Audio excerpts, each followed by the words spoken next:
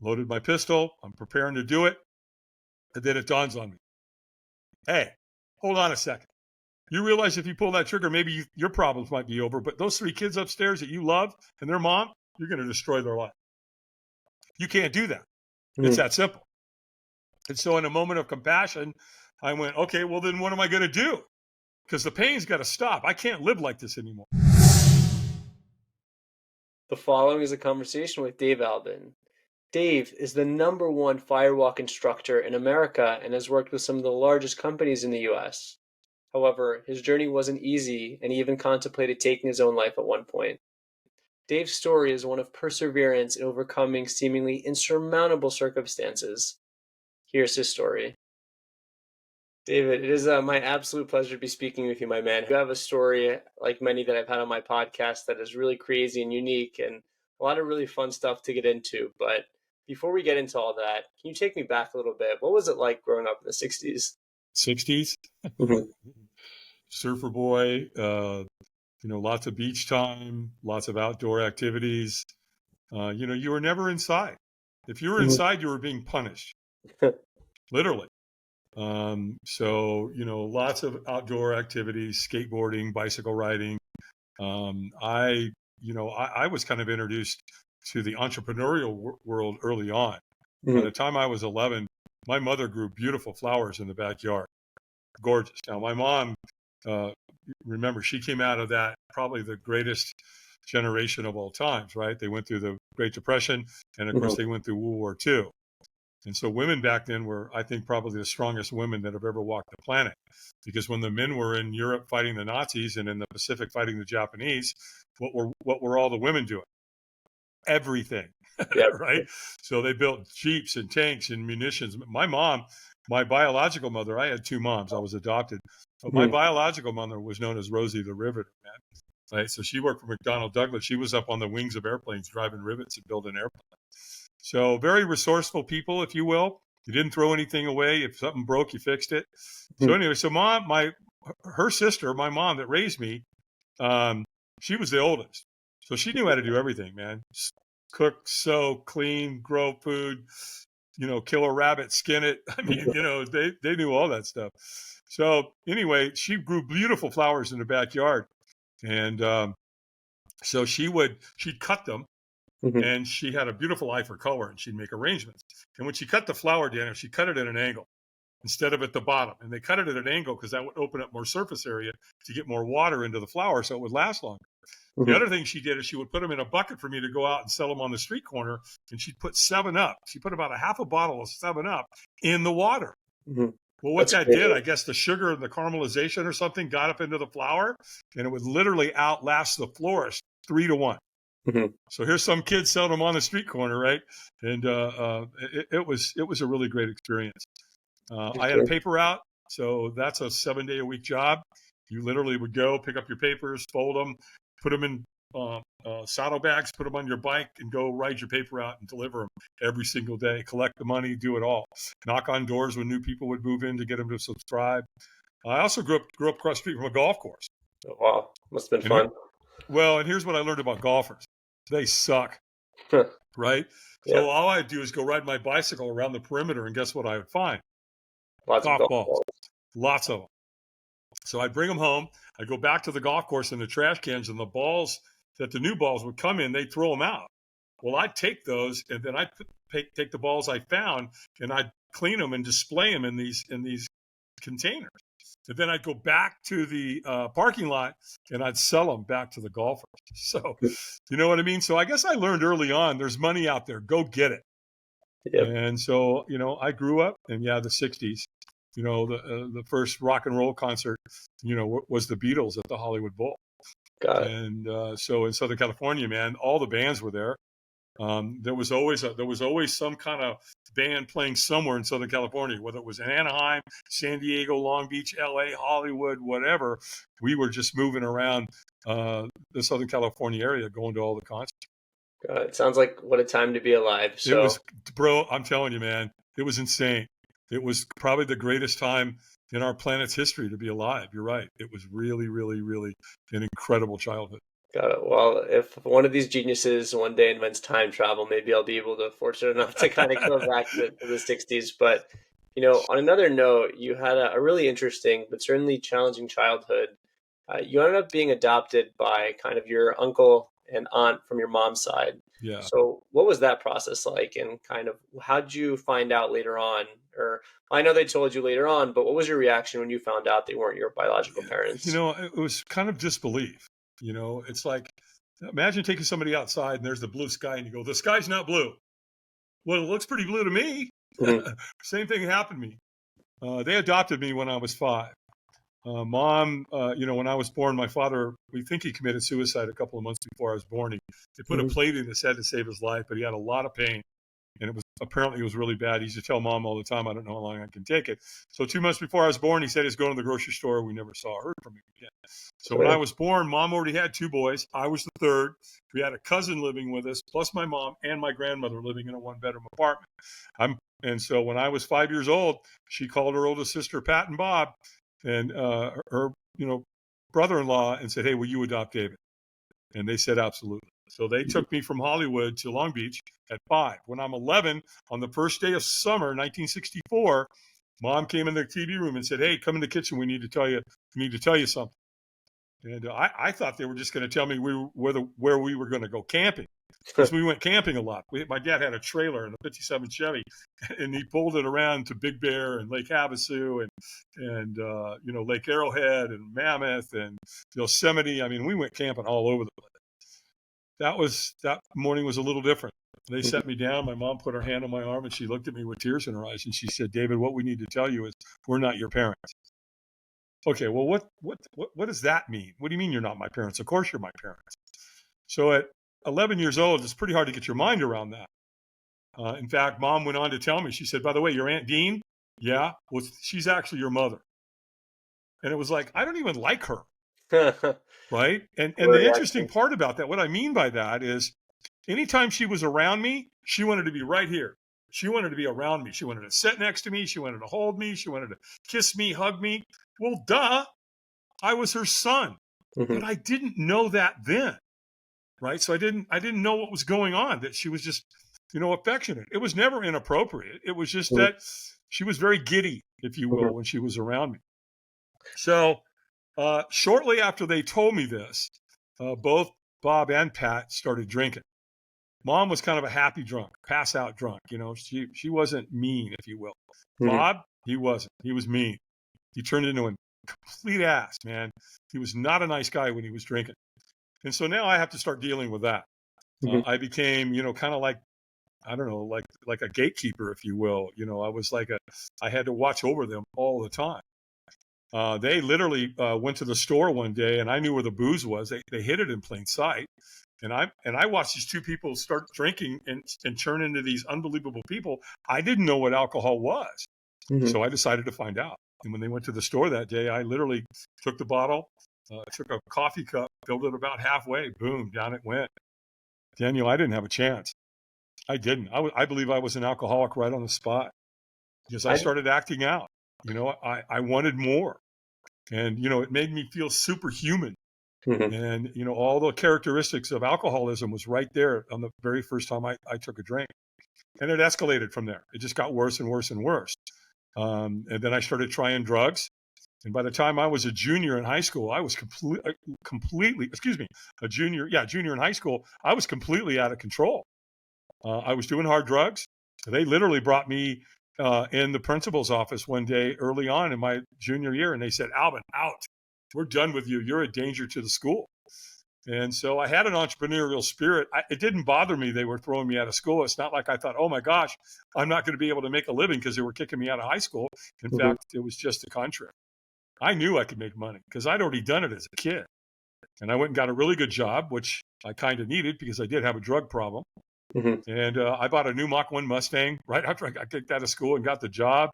I got my own apartment in Belmont Shore, California, which is a really cool place. But life didn't get that much better. I married my childhood sweetheart. That lasted about a month. I got a divorce. I met another really great woman who got me out of California, got me to the East Coast.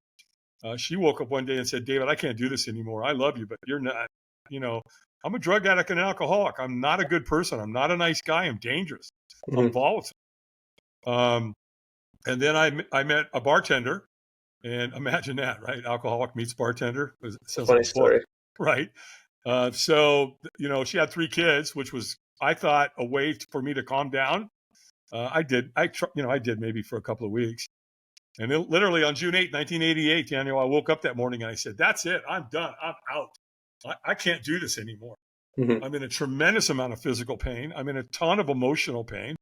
I'm a car wreck, a train wreck, and a plane crash all rolled into one. So all I knew is that morning, the pain's going to stop. And I don't care how I have to do it. Whatever I've got to do, it's going to stop today. And so the only real idea I had in that moment was take your life. Pain will stop immediately. Loaded my pistol. I'm preparing to do it. And then it dawns on me. Hey, hold on a second. You realize if you pull that trigger, maybe your problems might be over, but those 3 kids upstairs that you love and their mom, you're going to destroy their life. You can't do that.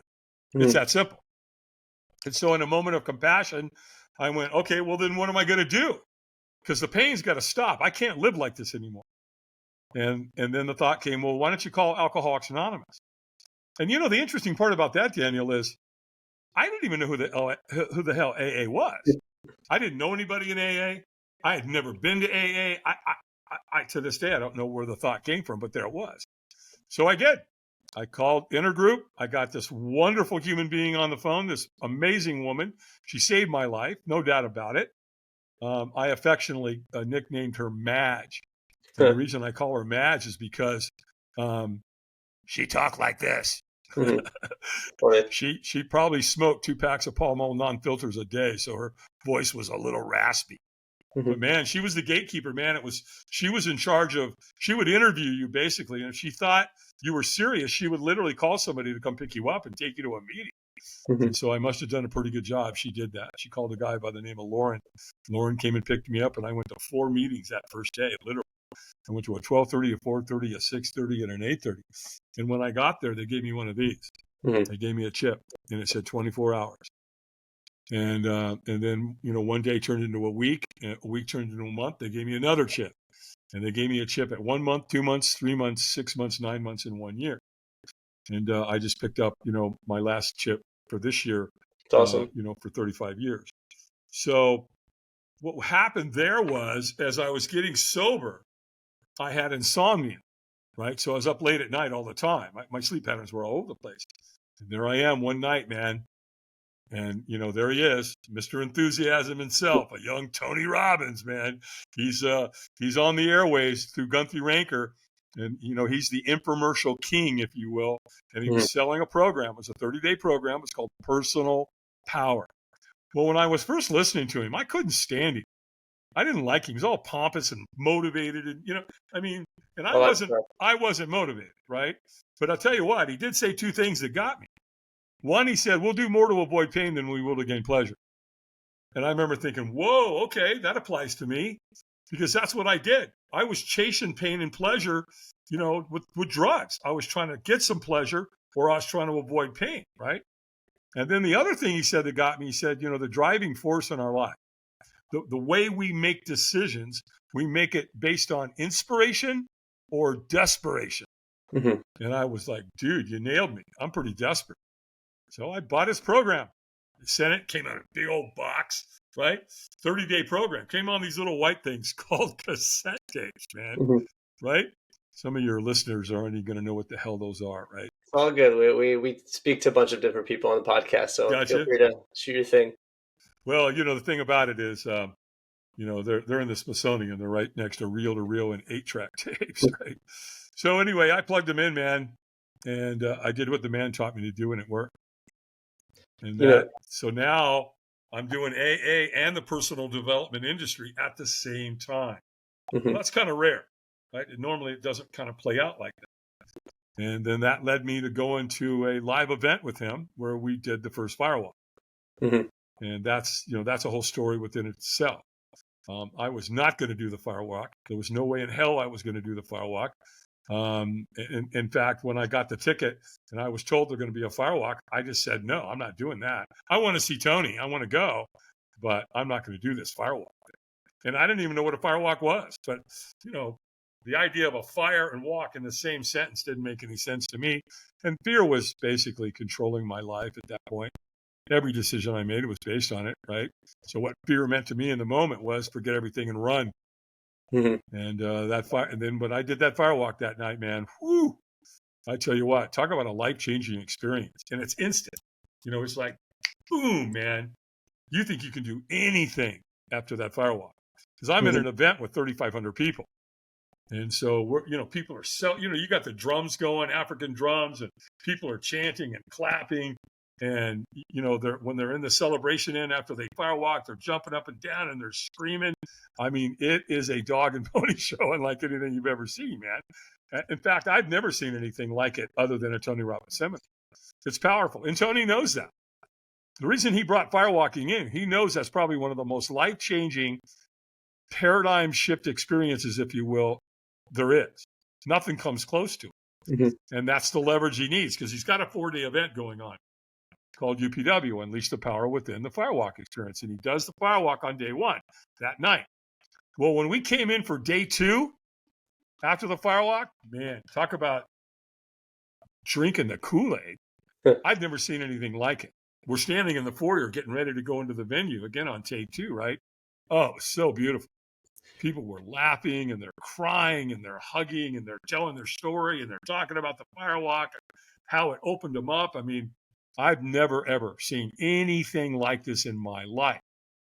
Whereas in March of 2020, we all got shredded. Mm-hmm. Everybody got pulled apart, right? We're not moving as a unit, as a country, as a people. We were shredded. People arguing about masks and vaccines and I love Donald Trump. I hate Donald Trump. I mean, shut up already. Again, we just got separated. And that next day, when you go to a Robbins event like that, is the total polar opposite. Super, super powerful day 2 at that event of Tony's. I went on to meet one of Tony's trainers. Mm-hmm. And so I'm talking to this guy, Ted Macy, super, super great guy. Him and his wife, Mary, were both trainers for Tony at the time. And I'm talking to him and I said, hey, man, this must be really awesome. You get to come play in this environment on a regular basis, don't you? And he goes, oh, yeah. He goes, let me tell you something, dude. It's unbelievable. And then he says, by the way, you see all these people standing over here with the black shirts and the pink writing on the back? I'm like, yeah. He goes, dude, they're all volunteers. They're just like you. They came to an event and they want to come back. So it goes, if you want to consider doing that and put yourself in this environment, here's all you got to do. Go home and call Robbins Research. Ask them for a volunteer crew application. They'll send it to you. Fill it out, send it back. Who knows? Maybe you'll get chosen. It's exactly what I did. And after I sent it back in, like 9 weeks later, I got a letter in the mail and it said, Dave Albin, congratulations. You've been selected to crew with the Anthony Robbins companies. And my foot was in the door.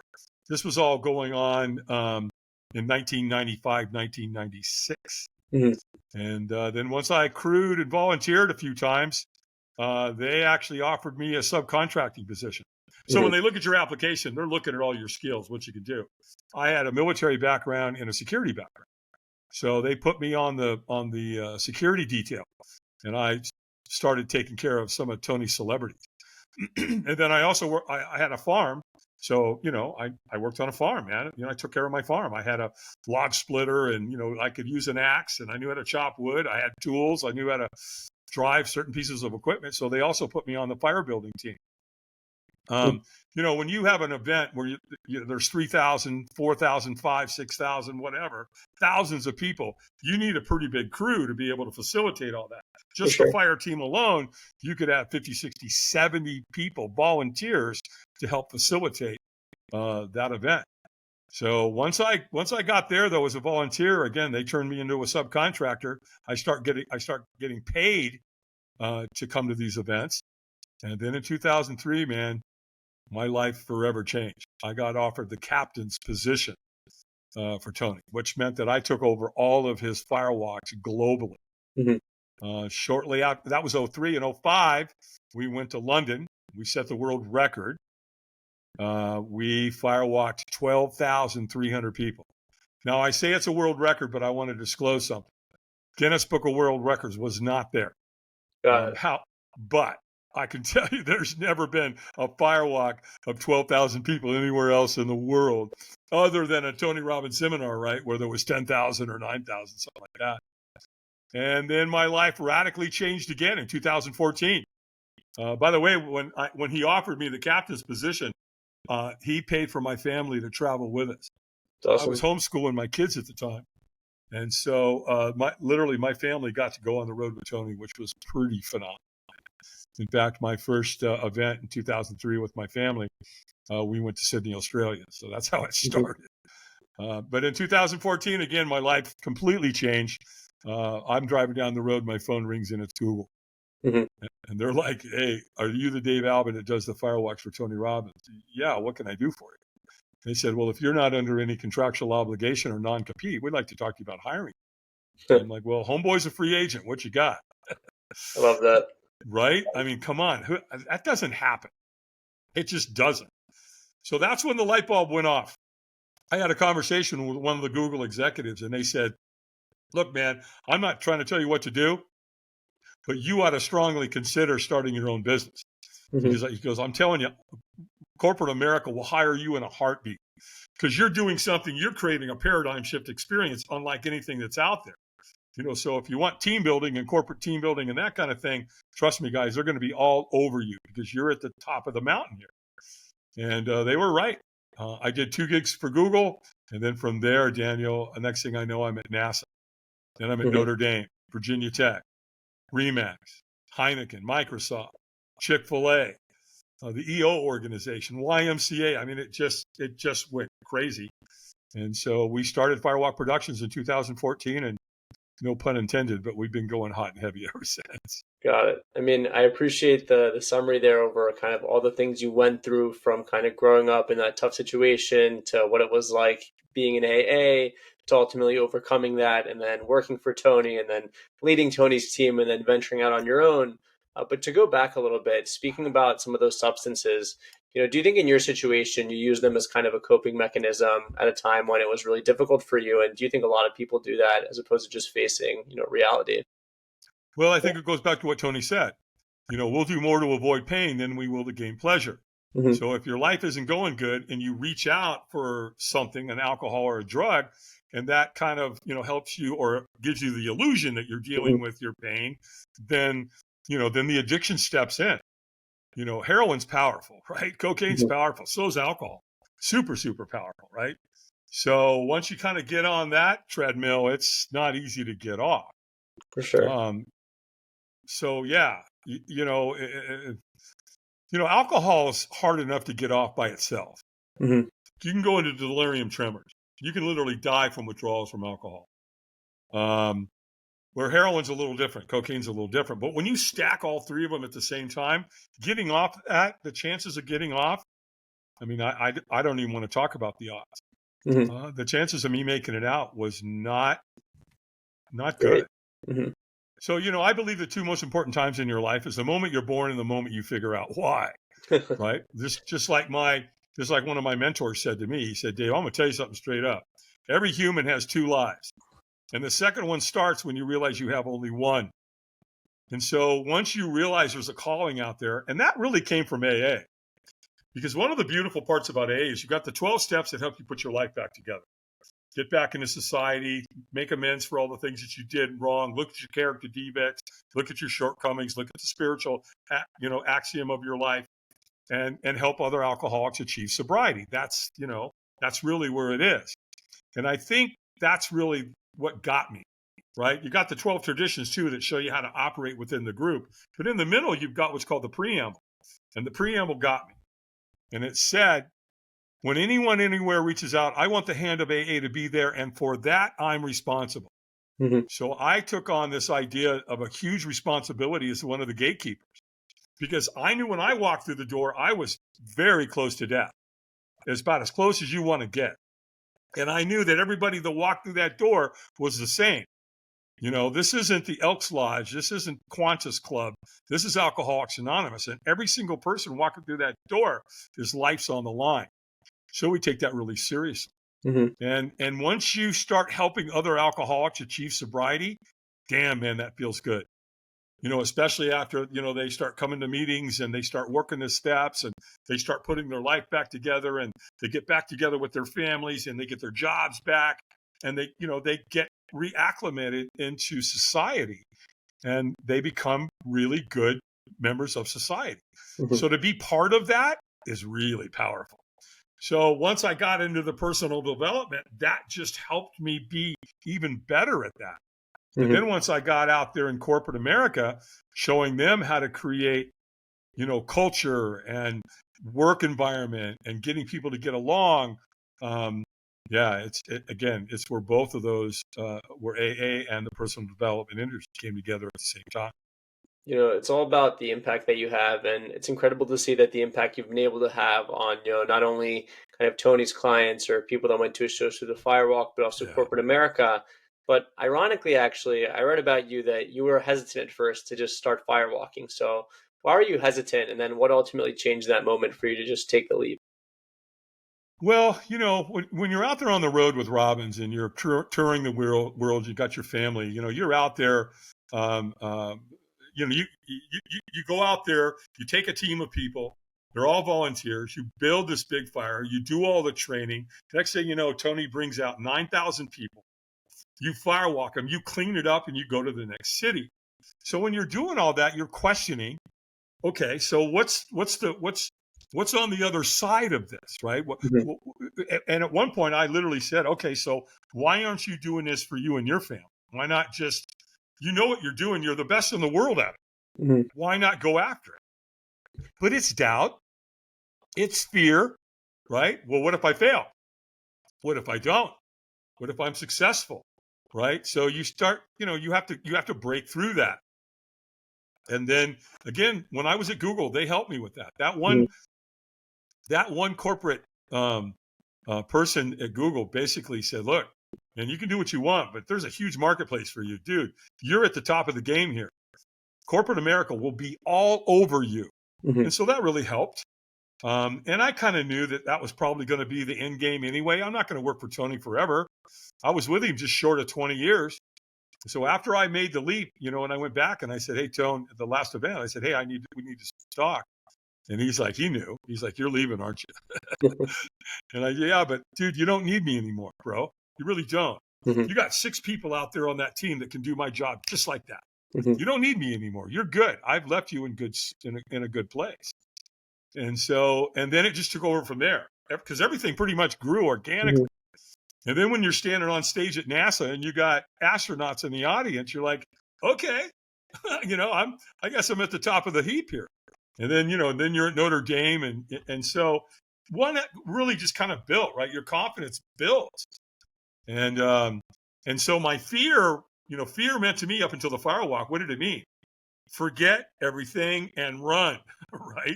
Well, after you do the Firewalk, that changes. It shifts because now it becomes face everything and rise. Literally, the Firewalk, a lot of people don't realize this, but man, it's been around over 1,000 years. It's been used by cultures everywhere for a lot of different reasons. The Tahitians, the people of India, holy mackerel. The people in India use it when people get married, when they have kids, when a boy turns into a man, a girl turns into a woman, the birth of children, and they're firewalking, again, culturally. It's a rite of passage. It's a very spiritual connection within the community, right? Same thing with the Polynesians and the Hawaiians and the people of Portugal and the Spaniards. The Indo-Europeans, they were really big into firewalking. In fact, before their warriors would go into battle, they would always do a firewalk the night before.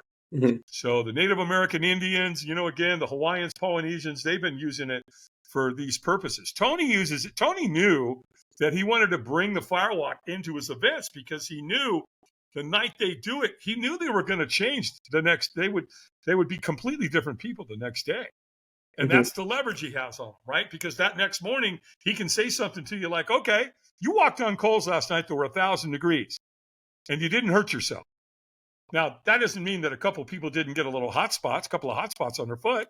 And when I say hot spot, I'm talking a blister, right? I'm not talking where they need medical attention.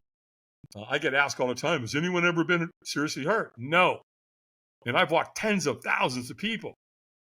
And so it's actually a lot safer than it looks or sounds. And until you do it, once you do it, you go, oh, wow, okay. Because when I do my events, there's 3 ways to do it. There's safe, safer, and safest. And my job is not to get anybody hurt. We have to do everything we can to make sure they don't get hurt. And we have systems in place and protocols in place for that. My job is to create one of the top 5 or one of the top 10 experiences in their life. Just like happened to me. People took really good care of me when I was at that Robbins event for my first Firewalk, and I've carried the torch with that, if you will. And so that's really, really important. And so again, it's just it's an experience that will cause the paradigm shift. And because the bottom line is this, and most entrepreneurs and business owners and CEOs know this, and it's real simple. What doesn't challenge you doesn't change you. It's not going to happen. If you're not challenged at a high level, it's not going to change you. I could get on stage and talk. I'm pretty good at it. I'm great storytelling and all that. That's all really powerful. But am I really going to create a shift in somebody that's going to change their life forever? Probably not. Let me take them through the Firewalk experience. They may forget my name. They may forget me. Here's what they won't forget, that experience.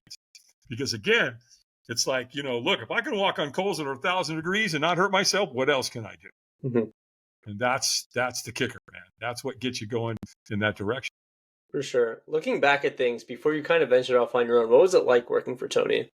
He's a sweet dude, man. He was really, really good to me. He took super, super good care of me. He loved my family. He loved my kids. Understand, I brought them in really young. They were on the road. The first Firewalk that the kids walked, my daughter was 6. My son was 9 years old. And, that night that he and I walked them both, super emotional. We were crying like kids, man. We were in New York, and so we walked all the participants. Tony knew my kids were going to walk that night. They were standing over in the shadows, right? And after we're all done, he waved them on. Here comes my daughter and my son. They come, boop, boop, here they come. And Tony took her by the hand, and I took her by the hand, and we walked her, man. 6 years old. My son stepped up, and Tony looked at him. He said, "I love you, and I love your daddy. Go!" Boom, that's huge, man. That's emotional. It's such a beautiful thing to see your children do something like that. And I'll tell you, man, it influenced them big time. And that's not the first time that was the first time they firewalked, but that's not the only time. They've all walked several times since then. And so, when my grandson was born, he's 6 now. In his first year, I firewalked. What I mean by that, let's be specific. I carried him across the fire. So I have a deep love and respect for fire.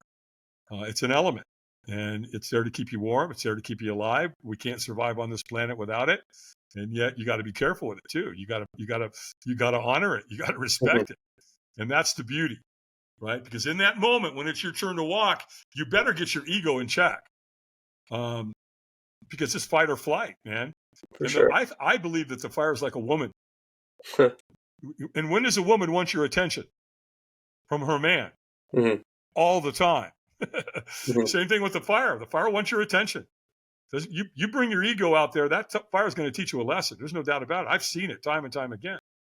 And the beauty is, Daniel, is that when they're out there in that moment, and you look at that, the apprehension on their face, and you see what's going on in their eyes, I mean, it's just going a million miles an hour. Everything they thought of has come down to that moment. And all of a sudden, boom, they make that decision and they walk. 4 seconds later, they're jumping up and down like a kid with exhilaration. And I'll tell you, in that moment, you think you can do anything. It's like, where's the bus? Let's go. Let's go to Everest, man. Let's go climb that. I'll tell you where you can see it. If you really want to see what I'm telling you right now, it's out there. Go Google Oprah's Firewalk and watch what she goes through from the moment that they're in the room, they come outside, She's contemplating whether she's going to do it at all. And all of a sudden there's this moment, man. Tony says to her, come on, Oprah, what's the worst that can happen? Mm-hmm. Burn your feet off and die? Come on, I'm not going to let you get hurt. And so it's that little bit of encouragement. And sometimes that's all somebody needs. And then she walks. Mm-hmm. And she gets to the end, the celebration end, she loses her shit. She is jumping up and down and screaming and yelling and celebrating. And here's the beauty. She walks over and the cameras go with her. You can see this. This is on camera. She makes one of the biggest business decisions of her life within minutes of doing that firewalk. That's where she created what's called the next chapter. Mm-hmm. So that's pretty common. And that's a peak state. And that's what you learn is that's where you want to make decisions. Way up here, way above the line, not down here in some crappy, state of mind. And so it's all, it teaches you state management. Man, it's one of the most important fundamental life skills you can have. For sure. Why do you think so many people are so deeply impacted by it? It seems like it seems like a crazy experience to walk on fire, and I'm sure it might take one or two times to get used to. But in that moment when someone's kind of walking on fire, and as they're going through that, what paradigm shift actually goes on in their head that you think causes it to be so impactful and for people to move forward? Because I think what happens is the shift that happens is they've allowed fear to take so much from them. Mm-hmm. And fear's lied to them about a whole bunch of things. And this is a way of saying you to fire or to your fear. It allows them to say, okay, I did it. And you can't undo it once you've done it. And so again, it creates a really powerful shift in your mindset. And maybe I can start my own business. Maybe I can get married and be a great husband or wife. Maybe I can have kids and have this beautiful life. So it just opens you up to what's really possible in life. Mm-hmm. And again, it happens in 4 seconds. And I think that's the beauty. I think people just go and they use that. Like, okay, I firewalked. I walked on coals that was 1,000 degrees. What else can I do? Mm-hmm. And so there's really that shift in that moment. And it happens fast, man. It doesn't take a week or a month for you to benefit from that experience right there in the moment. And again, I've seen it thousands of times. And it's a beautiful, and to be there and to be able to get to see it and witness it, man, I'll tell you something, bro. It's a beautiful thing to be part of and be there and witness, man. And that's why I have such a deep love for it, because I'm the guy. Mm-hmm. I'm just a guy that spent a good deal of his life drinking and drugging, trying to destroy my life. And now I'm here in this incredible position to be able to change people's life on a grand scale. So, when I retired from Tony said something to me I'll never forget. And he said, hey, man, with great wisdom and great skill like that comes great responsibility, man. Mm-hmm. Make us proud, man. For sure. It's an awesome phrase that he was able to tell you, and really great that you've been able to have that impact on people, and definitely great that Tony's been able to have that impact on yourself. But other than Tony, do you think there's anyone else that's been super impactful to you in your life and your whole journey? Oh, yeah. Lots of guys in AA. There's a handful of guys in AA that were super, super important to me. Yeah, there's just a bunch of them. John, Kevin, David, Randy. There's been a whole bunch of them that were very, very influential. And we're influential on both Each other. life. Because, what AA does, as well as personal development, it gets you aligned with your purpose. Mm-hmm. And why are you here on this planet? To serve a greater good. I think Viktor Frankl left us a huge example of that in his book, Man's Search for Meaning. Mm-hmm. It's one of the best books out there. I'll tell you right now, it's not an easy read. And if for some of your listening audience, Man's Search for Meaning, Viktor Frankl was in Auschwitz. And so here's what he learned. They killed his family. They take everything from you. When they took you to Auschwitz, they took everything. You'd have to stand outside in the cold, naked. You may, no food for days. And every single moment that you're there, you don't know if you're going to be the next one to go into the chamber. And so you're living with that stress, intense stress, every single moment that you were there. And again, they take everything from you. Well, what Victor figured out, he goes, there's one thing you can't take from me. Mm-hmm. And that's my attitude. I have to give that up. I have to relinquish that. And he wouldn't do it. And that created him the purpose-driven life.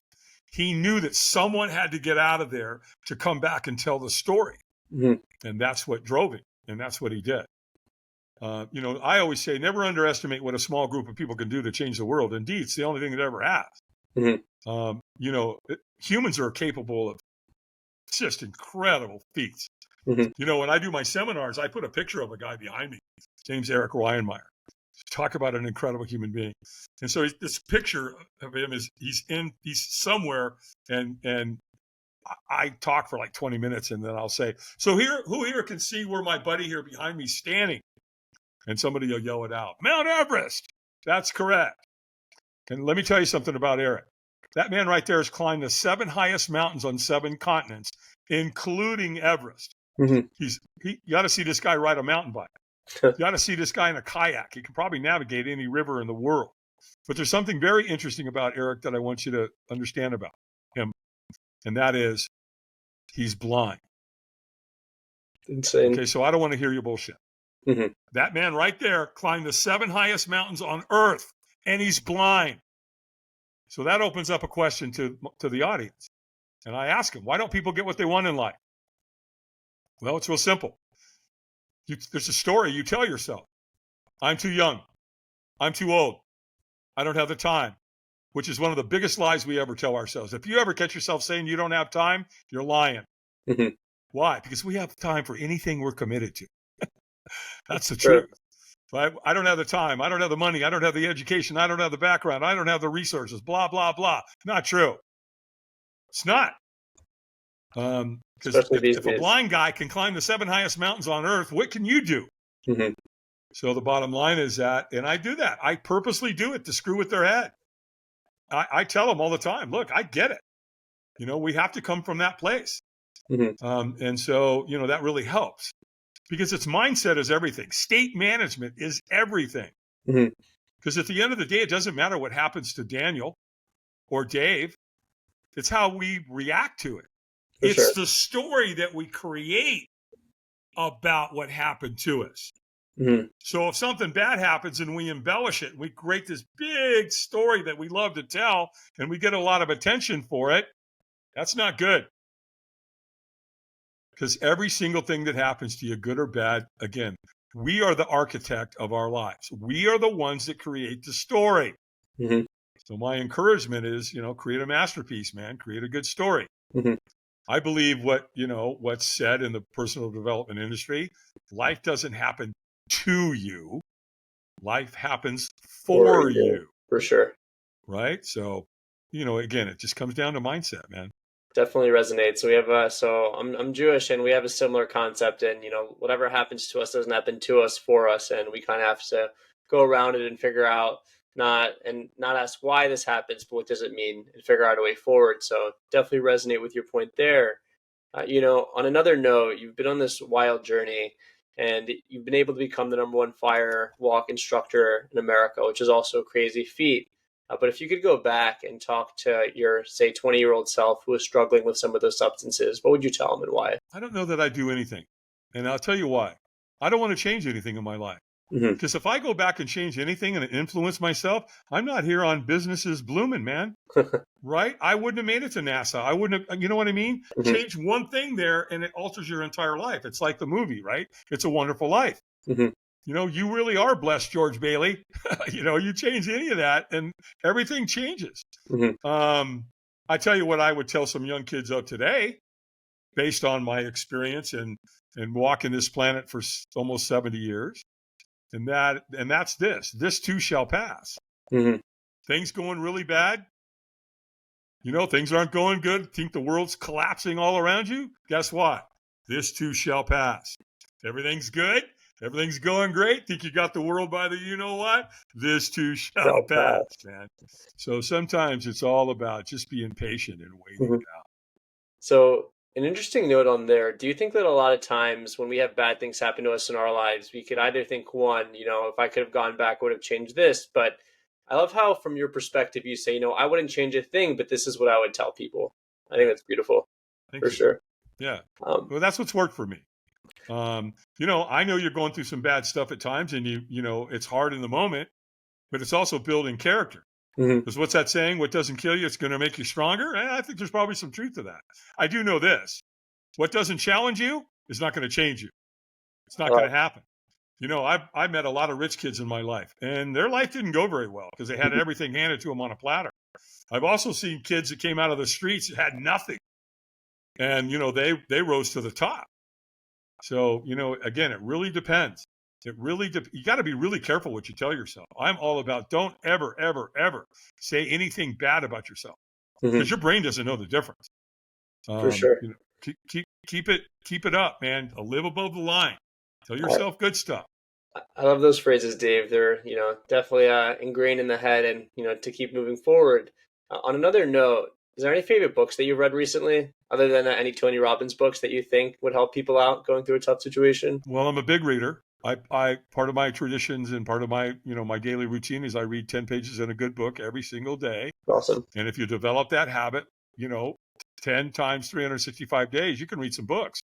And that way you're also influencing yourself every morning. Well, you know, one of the books that I think is an absolute must is Think and Grow Rich, Napoleon Hill. I've read that. It's more than an arm's reach away from me. So Right, there you go. It's on the bookshelf over there. Most 90%, not probably 95%, maybe higher of every entrepreneur I've ever spoken in front of, all, you know, they read that book. Another really great book that I absolutely love. Well, Personal Power. Tony's got a great book out there, of course. I also like Gay Hendricks, The Big Leap. Phenomenal book. A lot of motivational speakers out there use Gay's content. I read a book here recently by a really dear friend of mine that I absolutely love. And the name of the book is Money Does Grow on Trees.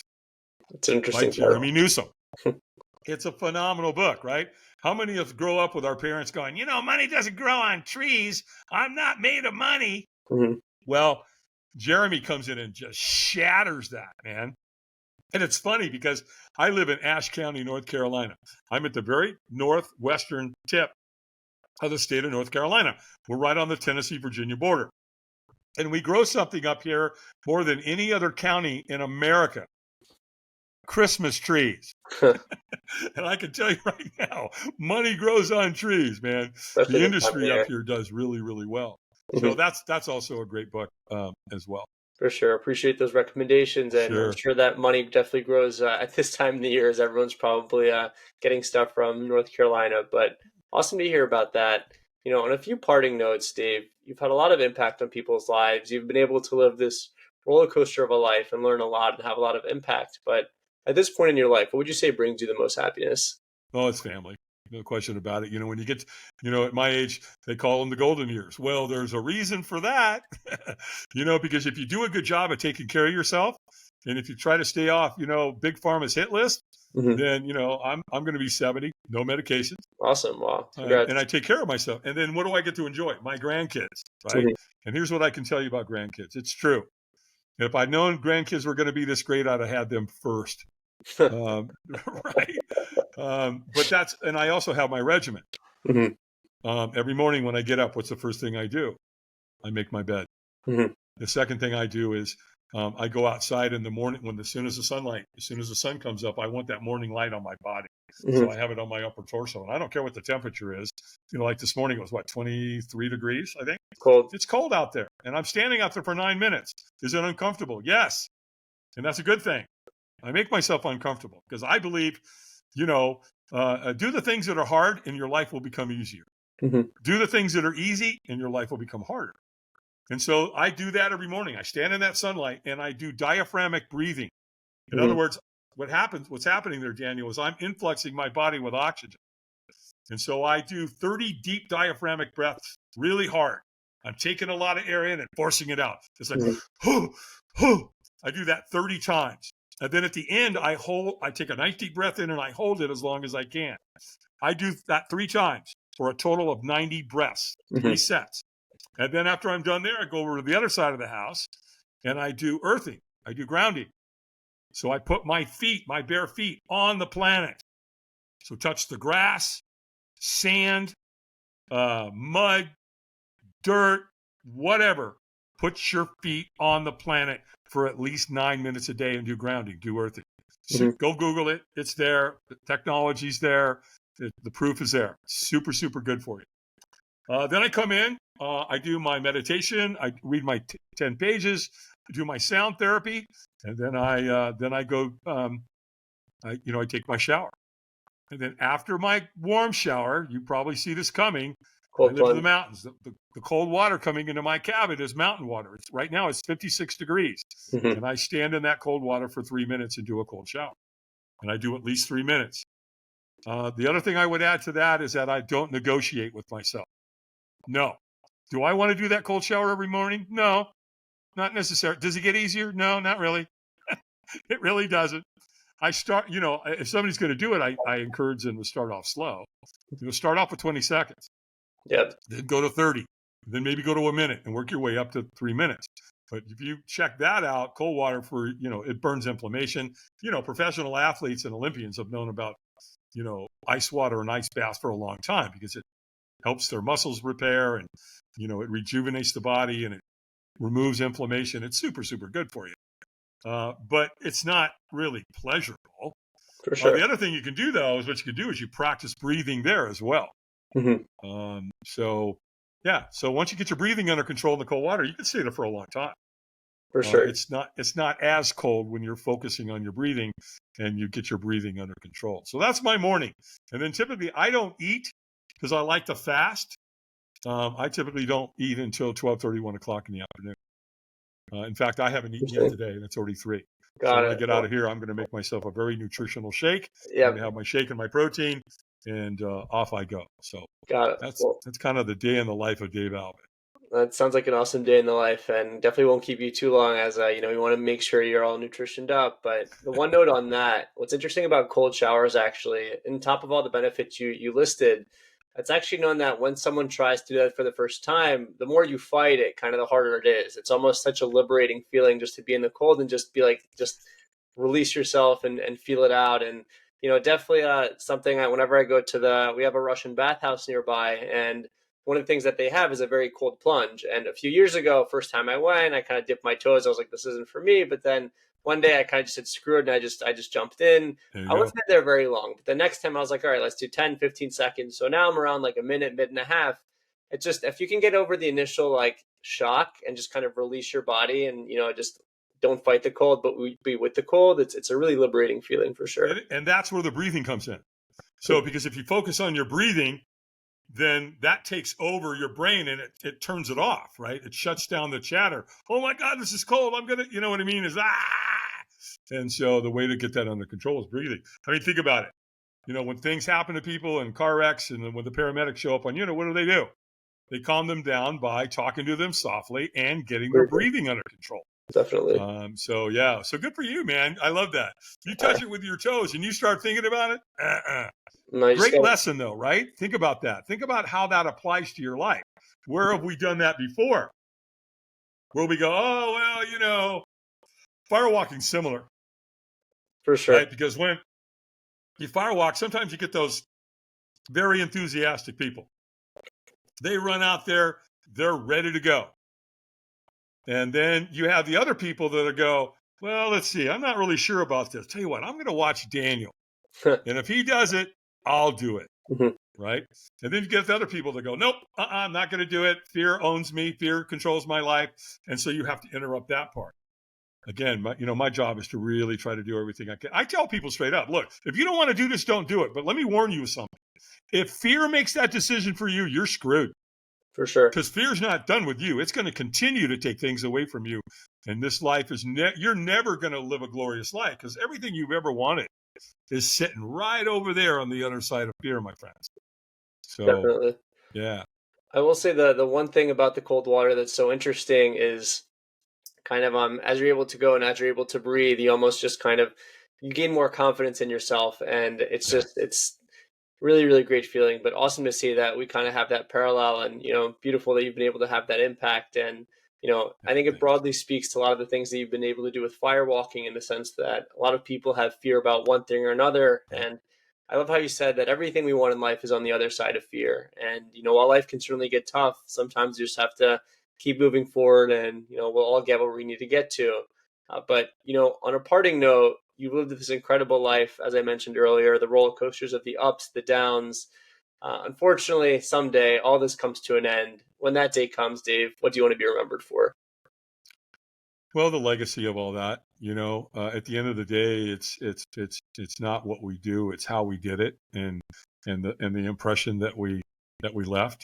I think, I'm doing all the podcasting and all the things that I'm doing now for my family, for my grandkids and all that. They're going to go, hey, that was my grandpa. He was the crazy firewalking guy. Right?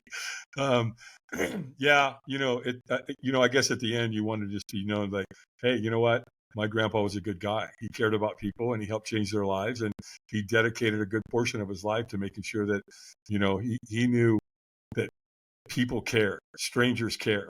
Because I got a lot of help when I was younger. I had people that looked up to me, not just I looked up to, but they offered me help.